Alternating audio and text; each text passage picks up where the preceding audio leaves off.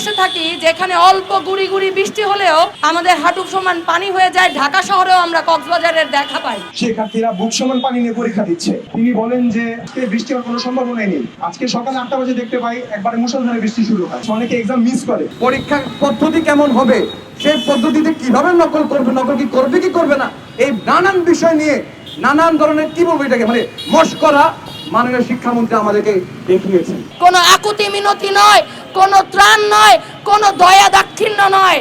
আমরা বলছি আপনাদেরকে আপনাদের দায়িত্ব পালন করতে হবে।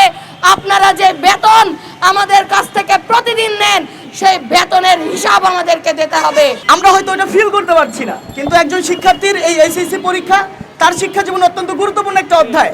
সেই জায়গায় কোনোভাবেই আমরা মনে করি এই অঞ্চলে এই মুহূর্তে বাংলাদেশে কোনোভাবেই এইচএসসি পরীক্ষা নেওয়ার মতো বাস্তবিক পরিস্থিতি নেই। আপনারা জানেন যেহেতু চট্টগ্রাম বিভাগের বন্যা পরিস্থিতির কারণে সরকার পরীক্ষা স্থগিত করেছে, ফলে আমরা একই সাথে দাবি জানাতে চাই এই দুর্যোগ যতদিন থাকবে, আনুমানিক 1 সপ্তাহ 10 দিন যদি পরীক্ষা স্থগিত করে, চিরাঙে যখন পরীক্ষাগুলো হবে তার সাথে সমন্বয় করে সরকার চাইলেই করতে পারে। সরকারের যেই আমি গোয়ার্তুমি বলবো সেটা অমানবিক, অদূরদর্শী এবং সেটা কোনোভাবেই শিক্ষার্থীদের যে মানবিক শিক্ষা সেই শিক্ষার পক্ষে উপযোগী নয়।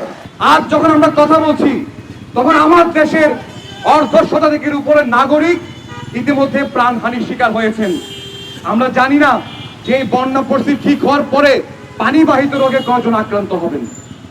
এমন এক পরিস্থিতিতে আজ দেশব্যাপী জীবনের সবচেয়ে গুরুত্বপূর্ণ একটি ইভেন্ট এইচএসসি পরীক্ষা চলছে। বিগত বছরগুলো রুটিন অ্যানালাইসিস করে আমরা দেখেছি সায়েন্সের সাবজেক্টগুলোর আগে একটি নির্দিষ্ট 2-1 দিনের বন্ধ থাকে, কিন্তু এবারের পরীক্ষার সময়ে এই ধরনের বন্ধ রাখা হয়নি। খুবই কম্প্যাক্ট একটি রুটিন করা হয়েছে। পরীক্ষায় অভিন্ন প্রশ্ন হবে নাকি একই প্রশ্ন হবে, পরীক্ষার পদ্ধতি কেমন হবে, সেই পদ্ধতিতে কিভাবে নকল করবে, নকল কি করবে কি করবে না, এই নানান বিষয় নিয়ে নানান ধরনের কি বলবো এটাকে মানে মশকরা মাননীয় শিক্ষামন্ত্রী আমাদেরকে দেখিয়েছেন। কুমিল্লা বোর্ডের একটা ভিডিও সামনে আসলো যেখানে মানে শিক্ষার্থীরা বুক সমান পানি নিয়ে পরীক্ষা দিচ্ছে। সব জায়গায় ফেসবুক, ইনস্টাগ্রাম যত জায়গায় পেরেছি আমরা আওয়াজ তুলেছি, কিন্তু শিক্ষামন্ত্রী সাহেব আমাদের মানে আওয়াজের কোনো মূল্য দিলেন না কি। এবং আমাদের সিটি কলেজের একজন শিক্ষার্থী অত ওনাকে কল দিয়েছিলেন, তিনি কলটা অ্যান্সার করেন। তিনি বলেন যে আমাদের মানে আজকে মানে গতকালকে ফোন দিয়েছিলেন, তিনি বলেন যে আজকে বৃষ্টি হওয়ার কোনো সম্ভাবনাই নেই, কিন্তু আমরা আজকে সকাল 8টা বাজে দেখতে পাই একবারে মুষলধারে বৃষ্টি শুরু হয়। আমরা সবাই মানে বাসা থেকে বের হয়ে হিমশিম খাই।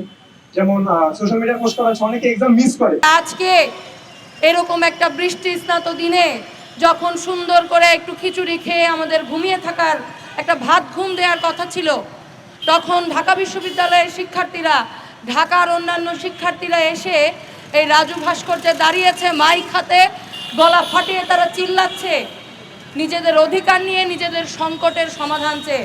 এবং এই বৃষ্টির মধ্যে আপনারা জানেন আজকেও এইচএসসি পরীক্ষা চলমান রয়েছে। এখন খুব স্বাভাবিকভাবেই বাংলাদেশ একটা ষড়ঋতুর দেশ, এই দেশে বর্ষা নামে একটা ঋতু আছে, ফলে বৃষ্টি হবে। সেই বৃষ্টির জন্য তো পরীক্ষা বন্ধ হওয়ার কোনো প্রয়োজন পড়ে না, এটা আমরা জানি, এটা আমরা বুঝি। কিন্তু এটাও সত্য যে আমরা এমন একটা দেশে থাকি যেখানে অল্প গুড়ি গুড়ি বৃষ্টি হলেও এখানে বিভিন্ন জায়গা আমাদের হাঁটু সমান পানি হয়ে যায়, ঢাকা শহরেও আমরা কক্সবাজারের দেখা পাই, যেখানে গাড়ির সাথে বড় বড় স্রোত ভেসে যায়। এমন একটি সময়ে, এমন একটি আবহাওয়ায়, এমন একটি জেলায় দাঁড়িয়ে আমাদের ছেলেপেলেদের আজকে পরীক্ষা দিতে যেতে হচ্ছে।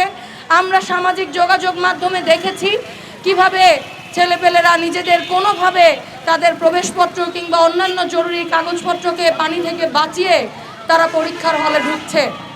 ফলে আমরা বলছি যে চট্টগ্রামে বিভিন্ন জেলায়, বিভিন্ন অঞ্চলে যেখানে বন্যায় মানুষ আটকা পড়ে আছে, যেখানে লক্ষ মানুষ পানিবন্দী হয়ে আছে, খাবারের অভাবে আছে, মৃত্যুর মুখে আছে, সেই প্রত্যেকটি মানুষের বাঁচানোর দায়িত্ব নিতে হবে। আমরা বলছি যে ছেলেমেয়েরা, যে শিক্ষার্থীরা এই বাংলাদেশে পড়াশোনা করছে, বাংলাদেশের ভবিষ্যৎ নির্মাণের পথে তারা আগাচ্ছে, সেই প্রত্যেকটি ভবিষ্যৎ রক্ষার দায়িত্ব নিতে হবে।